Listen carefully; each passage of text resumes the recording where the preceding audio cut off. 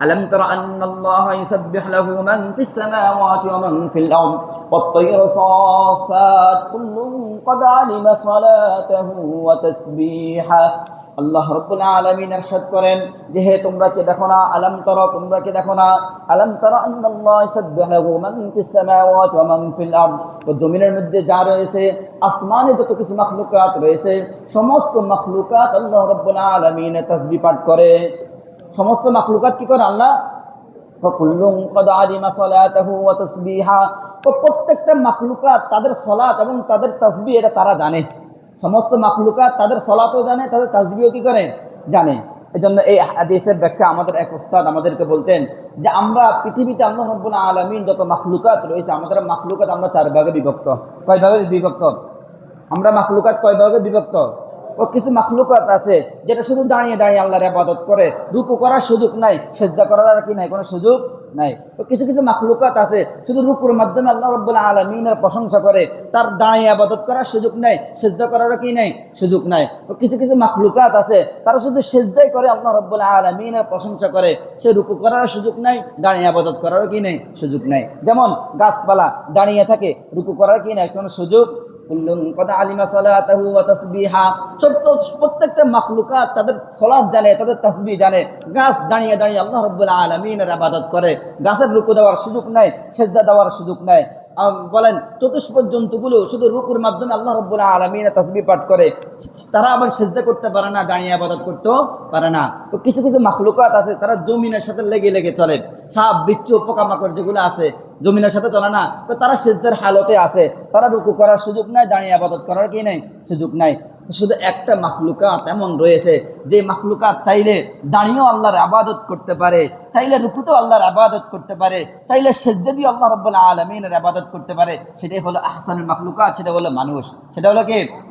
অন্যান্য মাখলুকাত শুধু এক হালতে ইবাদত কিন্তু মাখলুকাত মানুষের জন্য তিনও হালতে ইবাদতের সুযোগ আল্লাহ রাব্বুল আলামিন দিয়ে দিয়েছে সুবহানাল্লাহ ওয়া কুল্লুন ক্বাদ আলিমা সালাতাহু ওয়া তাসবিহা প্রত্যেকটা মাখলুকাত তাদের সালাত জানে তাদের তাসবিহ জানেন প্রত্যেকটা মাখলুকাত কিভাবে আল্লাহকে ইবাদত করতে হবে এটা প্রত্যেকটা মাখলুকাত জানে তবে প্রত্যেকটা মাখলুকাতের জন্য অপশন একটা তুমি চাইলে শুধু দাঁড়িয়ে ইবাদত করবা বসে করার সুযোগ নাই রুকুতে করার সুযোগ নাই সিজদাতে করার কি নাই কোনো সুযোগ অপশন শুধু একটা আল্লাহ রাব্বুল আলামিন শুধু মাখলুকাতকে মানুষকে শুধু স্পেশালিস্ট তিনটা ক্ষমতা দিয়ে দিয়েছে চাইলে তুমি দাঁড়িয়েও আল্লাহর ইবাদত করতে পারো রুকুতে আল্লাহর তাসবিহ পাঠ করতে পারো সিজদাতে যে আল্লাহর তাসবিহ কি করতে পারো পাঠ করতে পারো আল্লাহু আকবার তাহলে নামাজকে শুধু মানুষে পড়ে নাকি সমস্ত মাখলুকাতে পড়ে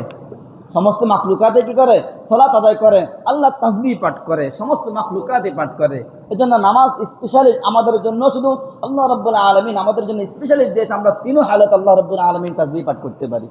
তিন হালাত আল্লাহ রাব্বুল আলামিন কি করতে পারে তাসবিহ পাঠ করতে পারে এজন্য অনেক বড় শুকরিয়া আল্লাহু আকবার আল্লাহ রাব্বুল আলামিন আমাদেরকে দিয়েছেন ভাই দোস্ত বুজুর্গ এজন্য আমরা যতদিন সুস্থ আছি সুস্থতার নিয়ামত আদায় করতে হবে যতদিন আমরা সুস্থ আছি এই সুস্থতার হক আমাদেরকে আদায় করতে হবে কথার কথা আমার যদি মাথাটা সোজা হয়ে যায় তখন আর রুকু করার সুযোগ আর আমার থাকে না সিজদা করার আর সুযোগ আমার থাকে না ইচ্ছে করলেও মাটিতে কপাল লাগাই আমি সিজদা করতে পারি না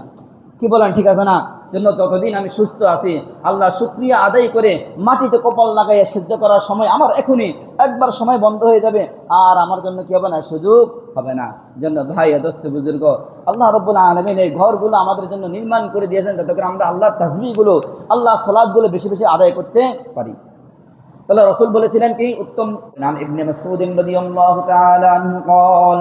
أن رجلا سأل النبي صلى الله عليه وسلم أي العمل أفضل يا رسول الله قال الصلاة لوقتها وبر الوالدين ثم الجهاد في سبيل الله